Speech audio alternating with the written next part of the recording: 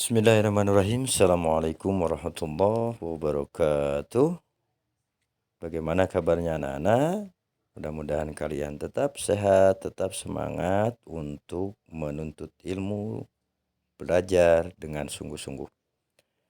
Anak-anakku, pada kesempatan ini kita akan belajar fikih ya, tentang sholat jama' dan qashar. Ya, kalian yang punya buku fikihnya silahkan dibuka, ada di sana bab 3 tentang sholat jama' dan sholat qashar. Nah, anakku yang Bapak cintai, setelah mempelajari tentang sholat jama' dan qashar ini, insya Allah kalian nanti bisa menyebutkan pengertian jama', menyebutkan pengertian qashar, menjelaskan maksud sholat jama' takdim, menjelaskan maksud sholat jama' takhir. Kemudian kalian bisa menyebutkan ya sholat-sholat yang bisa dijama' itu apa saja. Menyebutkan dalil atau perintah diperbolehkannya sholat jama' dan qashar. Tetapi yang paling penting adalah bagaimana nanti kalian setelah mempelajari bab 3 tentang sholat jama' dan qashar ini, kalian bisa mempraktekannya ya, caranya ya melaksanakan sholat jama' dan sholat qashar. Baik anak-anakku, agama Islam, agama yang kita yakini ini adalah agama yang sangat-sangat mempermudah hambanya ya untuk mengerjakan seluruh ibadah yang diperintahkan oleh Allah Subhanahu wa taala. Termasuk ya sholat jama' dan qashar ini adalah salah satu kemudahan yang Allah berikan kepada kita. Mengapa Allah memberikan kemudahan kepada kita? Agar ya perintah Allah untuk melaksanakan sholat tidak ditinggalkan dalam situasi dan kondisi apapun. Jadi Allah memberikan kemudahan ya ketika dalam perjalanan ya kita riweuh ya, kita apa namanya sibuk ya, di perjalanan itu biasanya kan sibuk, wah riweuh segala macam. Nah, jangan sampai kita berani untuk meninggalkan sholat. Ada kemudahan yang Allah berikan kepada kita, yakni bisa menjamak sholat dan mengqashar sholat. Nah, baik anak-anakku. Nah, kalian yang ada buku boleh dilihat ya di bab 3 halaman berikutnya. Apa itu sholat jamak dan qashar? Jama' menurut bahasa artinya mengumpulkan. Ya.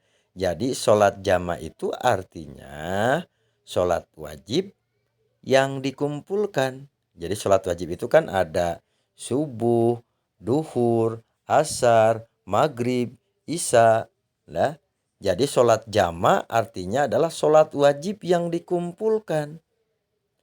Dikumpulkan seperti apa? Nah, menurut istilah, sholat jama' itu ialah mengumpulkan dua sholat wajib yang dikerjakan pada satu waktu. Baik yang dikerjakan pada waktu sholat yang pertama maupun pada waktu sholat yang kedua.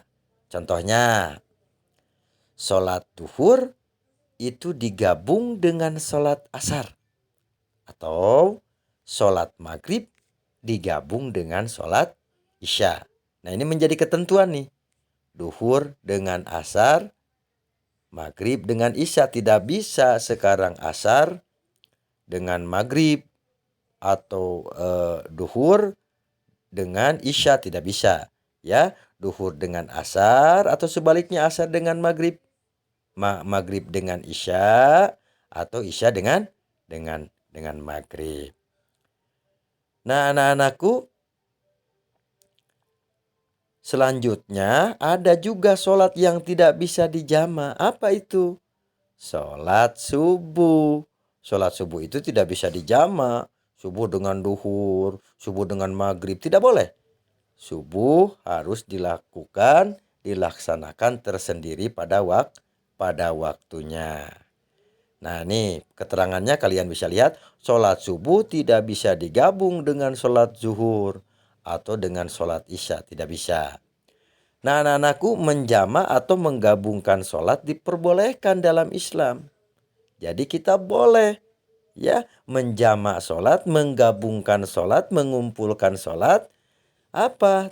Seperti yang Bapak tadi katakan di awal, ini merupakan kemudahan, rukhsah dari Allah kepada kita umatnya. Tadi tujuannya agar kita ya tidak meninggalkan perintah sholat dalam situasi dan kondisi apapun. Lalu apa dalilnya? Ya, apa alasannya bisa sholat jamaah bisa diperbolehkan? Nah, salah satunya adalah hadis Nabi yang diriwayatkan oleh Imam Bukhari dan Muslim. Bapak bacakan, kalian boleh dilihat.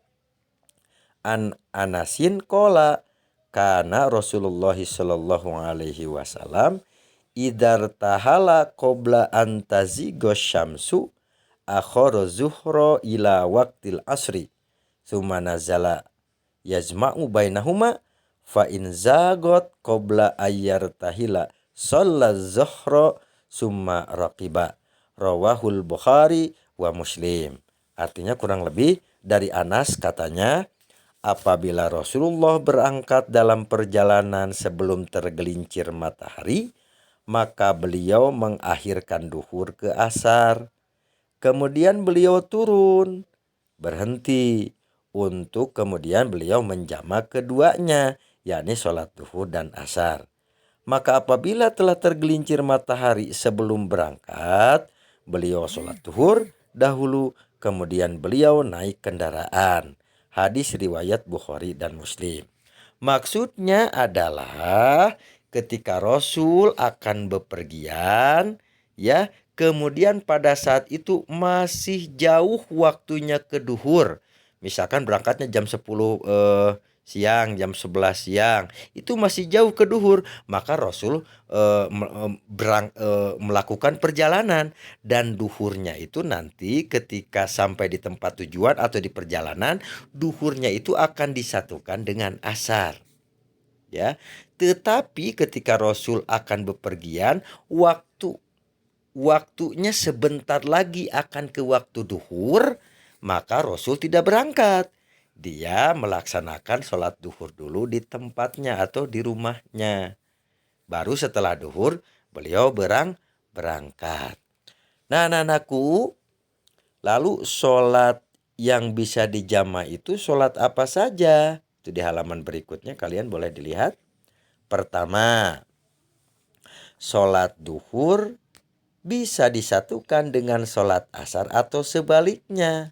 Asar disatukan dengan duhur. Yang kedua, sholat maghrib disatukan dengan sholat isya atau sebaliknya. Ya. Nah, bagaimana cara menjama cara menjama sholat itu ada berapa macam? Cara menjama sholat ada dua macam. Pertama jamak takdim, dan yang kedua jamak takhir. Apa jamak takdim itu? Nah, takdim artinya mendahulukan atau memajukan. Jadi maksudnya adalah jamak takdim yaitu mengerjakan dua sholat fardu dengan cara dilaksanakan di awal waktu. Contoh, seperti mengerjakan sholat asar pada waktu sholat duhur, atau mengerjakan sholat isya pada waktu sholat maghrib. Artinya ya, sholat asar itu belum datang waktunya, karena sekarang masih waktu sholat duhur. Tetapi kita dalam perjalanan, maka diperbolehkan untuk ya, mengawalkan asyar yang dikerjakan pada waktu duhur. Begitupun sholat isya bisa dikerjakan pada saat sholat maghrib. Jadi diawalkan jamak takdim itu. Waktunya belum datang isya karena kita dalam perjalanan, jamak takdim saja, isyanya dikerjakan sekaligus dengan pada saat waktu sholat maghrib. Nah, kemudian yang kedua jamak takhir. Nah, apa itu takhir? Takhir artinya diakhirkan. Kalau tadi takdimah diawalkan, kalau jamak takhir itu diakhirkan waktu sholatnya.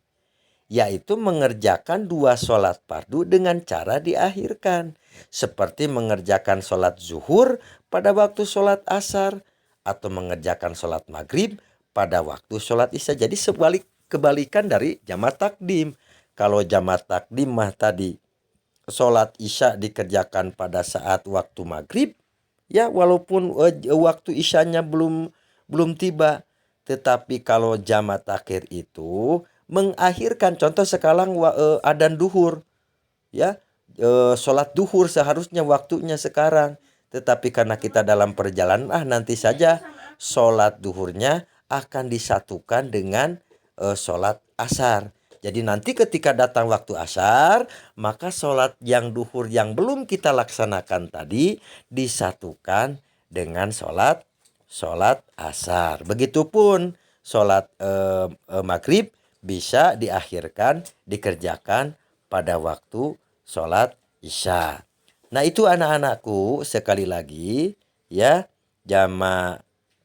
sholat jamak dan sholat qashar itu adalah merupakan satu kemudahan rukhsah yang Allah berikan kepada kita umatnya. Kenapa Allah memberikan kemudahan? Agar kita tidak meninggalkan perintah sholat. Ya, nah anak-anakku, untuk penjelasan tentang jamak, ya, itu Bapak cukupkan sekian. Nanti minggu depan insya Allah kita akan sambung dengan penjelasan tentang sholat qashar. Bahkan nanti di akhir, ya, kita diperbolehkan untuk menjamak sekaligus mengqashar. Nah, nanti penjelasan insya Allah pada minggu yang akan datang. Nah, anak-anakku, demikian penjelasan tentang sholat jamak. Mudah-mudahan apa yang Bapak sampaikan dipahami dan dimengerti. Baca kembali bukunya. Assalamualaikum warahmatullahi wabarakatuh.